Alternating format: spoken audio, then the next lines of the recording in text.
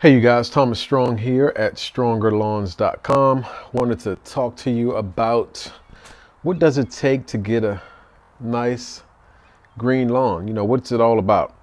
So I got three things I want to cover today, three things only.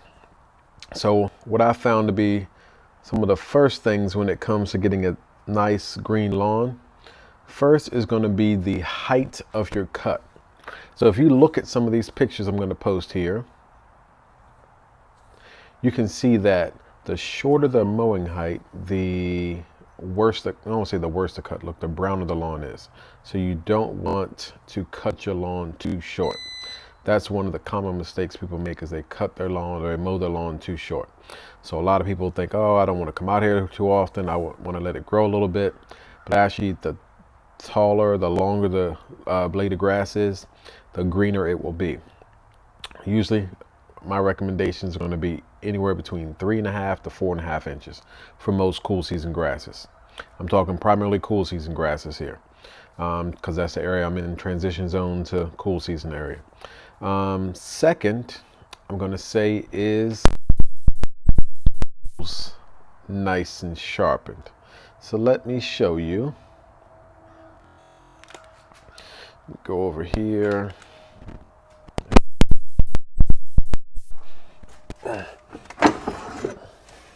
Yes, I have here my extra set of mower blades. I have a set of blades back here on my mower, my Toro Time Master, and I always have a backup set. And then my backup set of blades, I call them backups because I want to make sure I always have a sharp set of blades. So you can see here, these are nice.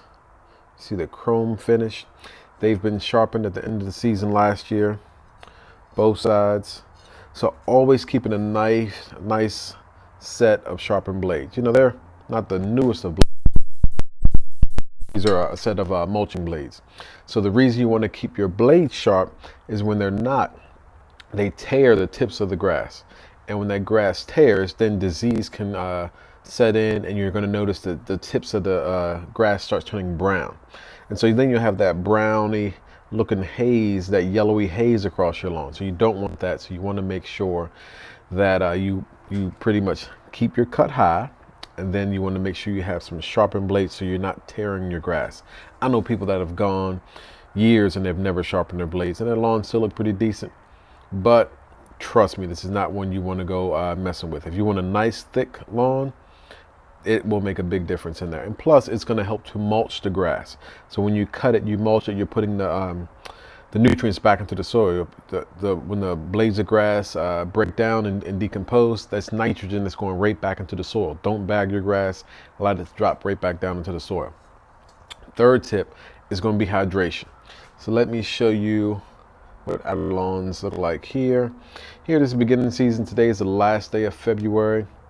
And they're not looking like much of anything. They've had plenty, and I mean plenty of rain.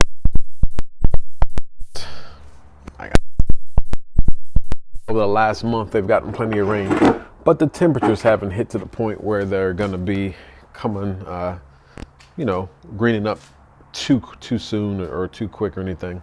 So within probably the next 2-3 weeks, we should probably be pretty solid, but not there yet. So nothing wrong with that. So irrigation, hydration as I call it. At least 1 inch of water a week. I have an app that I use on my phone that measures how much water my lawns had in the last week. Actually, there's a website I got on.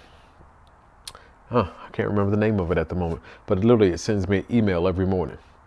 And that email, actually, let me see if it's on my phone. I can tell you. Agrible, the Agrible team. So on that app, it tells me how much rain I got yesterday, how much rain is expected today, what the maximum temperature is today, how much rain to be expecting in the next 7 days, and what the average temperature is going to be in the next 7 days, what kind of rain I got in the last 7 days, And then where I am, you know, rain to date, are we on point for our yearly averages or normals or what have you? So this way I can look back and see, okay, in the last 7 days, how many inches of rain has my lawn had? And if it hasn't had any, then I know I need to irrigate. So what I recommend is, usually I like to book in the weeks. So it's either going to be Monday and Thursday or Monday and Friday where I actually water my lawn. If it needs it, more or less than anything, if I need to water it. So let's say it's dead of summer and I need to. I don't have in-ground irrigation, so I have to go out and take my sprinkler, put it so it's gonna, you know, get some coverage and move it here and there and so forth. So what I do is on Monday, I make sure I give it a ½ inch of water, and then do the same thing on Friday. Make sure each section has got a ½ inch of rain, so that, I mean, or ½ inch of water, so that way I know I'm going to be just fine. And this, when you do it with the longer time frame in between, that will make sure that the roots have to go down deep to get to that water. If you water it a lot and all the moisture staying at the soil, then it's going to have a harder time, you know, with those roots setting down nice and deep. And so you definitely want to make sure you do it infrequently, so not like in back-to-back days.